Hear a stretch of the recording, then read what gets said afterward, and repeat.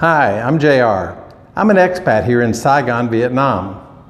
A lot of my friends ask me questions about life in Vietnam, and today I'd like to share some of the answers.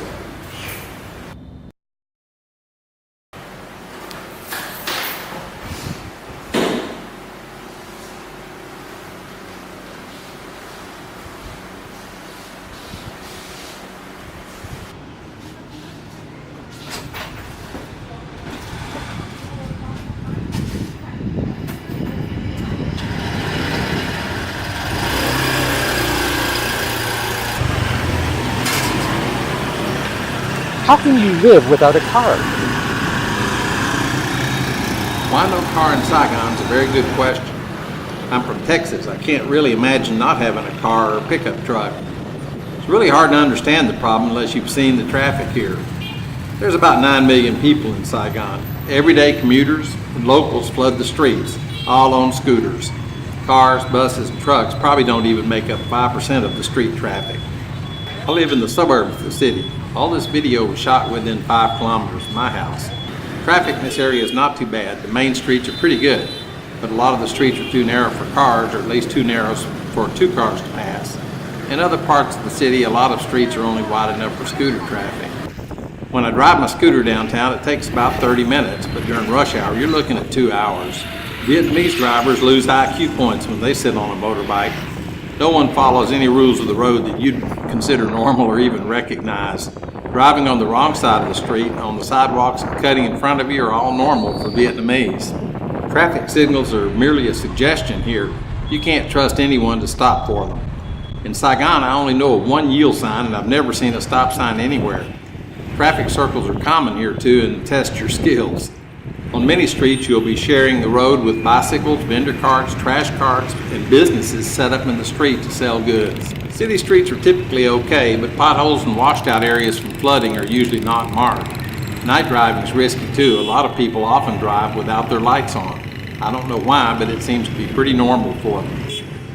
Luckily, Vietnamese aren't prone to road rage. After nearly killing you with an illegal left turn or a side swipe, they just smile and go on their way.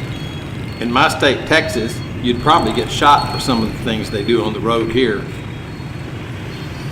Another big reason I don't drive a car in Saigon is the cost. The government puts big import duties and taxes on cars that can drive the price of an average car through the roof. A new Ford Explorer here costs $90,000+ US. Of course, the used car prices are pushed up by taxes too. Even though I can afford to buy a car, I just can't come to justify the cost in my mind. When I do need a car, I just use Grab or contract a car and driver. Parking is another big issue in Saigon. Since most people don't have a garage or street to park on, you probably would have to pay to park somewhere, hopefully near your home. Thinking you can park easily downtown or in front of a business you intend to visit is also probably not reality. Parking most places, except in shopping malls or high-rise apartments, pretty much non-existent.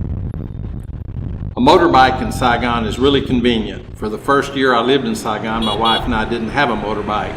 When we did finally buy a scooter, it really made our life easier. The city is great for scooters. You can park nearly anywhere, and most businesses have security guards that take care of your scooter while you shop, eat, or enjoy an afternoon at one of the many coffee shops that dot the city.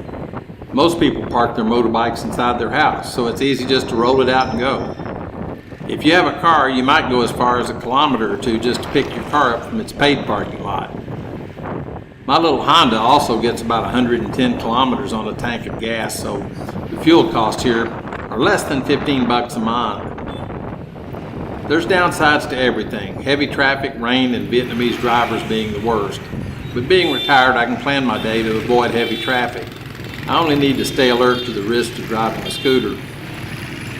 Overall, having a scooter or renting one if you're on holiday here is an interesting experience. I really enjoy my Honda scooter, but do bitch a lot while driving. I wish I knew how to yell asshole in Vietnamese. If you got some useful information out of this video, please like and subscribe. Over the next few months, I'll be making more videos about life in Vietnam. Hope you watch and I hope you enjoy.